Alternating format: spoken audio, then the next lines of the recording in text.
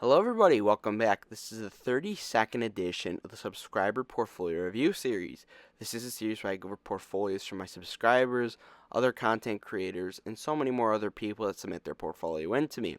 The reason I love this series so much, one, it promotes transparency, something that a lot of the big finance channels can't do for some magic reason. Two, we like to cover people's portfolios no matter the net worth or size of the portfolio. This is more of an analysis on the investment strategy itself. And three, of course, I give my honest feedback on it. So this is why I love the series so much. It's really something that I think brings the community together. I enjoy making these videos, and it also opens my eyes to new stocks, strategies, and so much more. So if you do want to submit your portfolio in for me to go over, do it in the Discord link in the description, or you could email me, link in the description. Today we're going to be going over Tripp's portfolio. He sent it to me over on the Discord. It's going to be an interesting one, so buckle up and get your seatbelt ready. Alright, let's get on to the video. Hello, I like money. Alright, so as per usual, I like to know a little bit of details what the investor's situation is, because before I completely critique the portfolio or whatever, there may be some people that are investing for dividend income, there may be some people investing for growth. I like to understand at least your age and your situation. So he shares that he's 18 years old, which first of all, I commend you for investing, and I'm happy we got some youngins on the channel. He shares that he's 18 years old, and this is his Roth IRA, and he's going to change it strictly for growth now, and that he was putting money into random things. Well, this is going to be an interesting episode. Yeah, but a little bit of rule of thumb for Roth IRA, I would hold it strictly to ETFs and maybe just buy SHG or VU.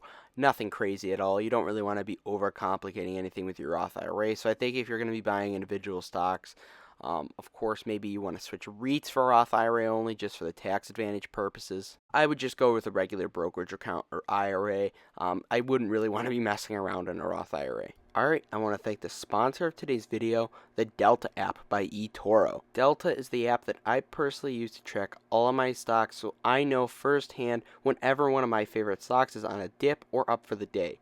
It's perfect for me personally because I can open it up at school. Immediately, I see the companies that are on up or down for the day, and I know immediately what stocks that I want to go buy from there. There's no better adrenaline rush than seeing one of your favorite companies get red for the day. And I know mainly on this channel that we cover stocks, but if you're into crypto, NFTs, or any of that kind of stuff, you can also track it there as well. So there's a large variety of stuff that you're available to track there. This is 100% free too, which is one of the huge reasons that I'm partnering with them. All you got to do is use my code in the description box. You can download it 100% free. This is an investment tracker, not a brokerage. You're not buying stocks on here. But if you do want to connect your brokerage to Delta, you can do that and track your portfolio. It's way easier than manually doing it. Thank you to Delta once again for sponsoring today's video. So Tripp, considering that you're 18 years old, I think we're looking for total return growth at this point. I definitely do think that we want to have some dividend options, but we're not going for straight up dividend yield. Something personally that I've kind of developed as recently with viewing yield, at least, I think yield is a decent indicator. If you're buying yield stocks, potential value plays, but I wouldn't go out of my way to buy yield itself. I think a yield can be a decent indicator of a company that may be on value right now. Examples, Altria, maybe even Target as well. First company though, Amazon. I definitely like this holding. I think it's one of those companies you should definitely keep in. I don't know about holding the individual companies in the Roth IRA. Just as I mentioned, I would probably look at switching over to a brokerage if you can. But definitely do like Amazon as a company, very strong holding. I'd like to add it to my portfolio, but at the right price. The other day, I kind of had a deja vu moment with Amazon. We were coming home. I was driving back. I'm driving down the main road, and I look to my left. It's an Amazon Prime truck. Then I look down the road on the main road that I'm on. It's another Amazon Prime truck. Then we get home, and there's an Amazon package on the door. I saw it 3 times in literally probably under 2 minutes. So it's absolutely crazy the presence that Amazon has, but of course I want to get it at the right price. Next, he owns Crack. From what I see, this is basically an oil ETF, and I'm just not a huge fan of this. I think that it's going to go up over time, that's for sure, but I definitely do think at 18 years old, this is going to underperform over the long term. Not a whole lot of growth in oil. You'd obviously want to time this kind of play like Exxon and Chevron if you bought in 2020. Don't love this holding though. Next, he owns Dexcom, which I don't know much about at all, but it has had insane performance over the last 5 years. And you guys know if you watch the Cash Flow Kings, we only care about 5-year performance on this channel. But in all seriousness, looks like a lot of growth there, but I don't know much about the business itself. I'm not going to comment any further.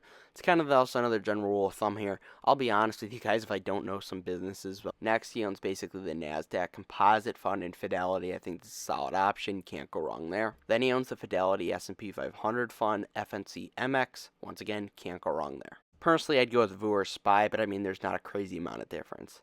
Then he owns Microsoft. Microsoft is the largest position in my portfolio personally, and also the largest gainer, up 76%. I recently talked about that in my last video, but I really do love Microsoft. Their cloud business is awesome. I view Microsoft's AI business as kind of the cherry on top of the ice cream. I brought Microsoft for the ice cream, the good cone that it has with its cloud business, its strong gaming segment that I think has a lot of potential as well. I love Satya Nadella, and I love Microsoft so much as a business. Probably the favorite business that I own in the entire world. I'm sorry, Starbucks and Target, but really good company. Would love to see it be a core holding. Next, he owns Nvidia. And Nvidia, I actually just recently ran a community poll on what you guys thought about the company and its valuation. It's been doing absolutely insane recently.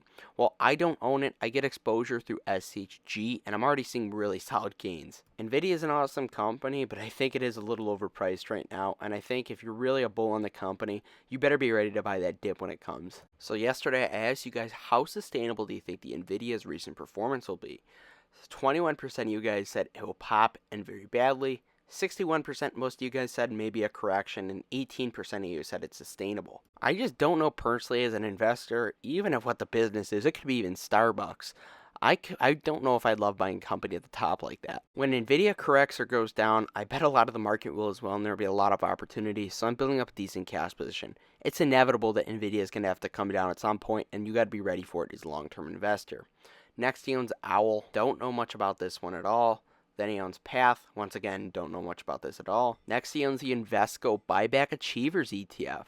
This is an ETF, from what I can tell, buys companies that basically buy back a ton of shares. I'd like to see more about the screening with this company, but I definitely do think this is a solid indicator to look for. But honestly, I just go in VU or SPY. Maybe pick 4 or 5 other companies that buy back shares, but I don't know if I'd go specifically into a share buyback ETF. But definitely the performance has been alright the last 5 years. Next, he owns 1 share of Palantir. I'm staying away from Palantir personally. I think it's just very cult-like, and I don't like to include myself in that kind of volatility. Then he owns 3 shares of SHD. I think SHD has been getting a lot of hate recently, especially in a bull market, but I think if we see a bear market, as we did in 2022, the SHD love will be back. SHD is actually paying in July this year, believe it or not. I mean, my thesis with SHD in my portfolio is I plan to use the dividends in like 10 to 15 years, which I think is the appropriate compounding time for SHD, where SHG is more of a 15-20 year kind of thing. SHD gives you that dividend income if you care about that and want to use it in like 5-10 years. And some decent performance. It's not going to outperform SPY, but I don't think anybody should expect it to. And this is his taxable account that he sent over, which owns JEPQ. Don't like it at all. And SHD. No reason to really own JEPQ at this age, and SHD, you could even make the argument as well. I'm a little more lenient towards it. So overall, I think the portfolio is solid. You're investing at a young age. Good to see. I would consolidate more into VU or SPY. I wouldn't mess around with the Roth IRA at all. I'd look to get in those individual stocks and a taxable account as soon as possible, and keep the Roth IRA for maybe a few REITs if you like that kind of thing, and just ETFs. Alright, thank you for shipping your portfolio over.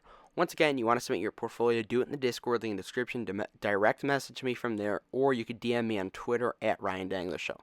Thank you guys for watching. Thank you to Delta for sponsoring today's video. Smash the like button, subscribe, and do Dividend Stocks Not Drugs. Have a good one.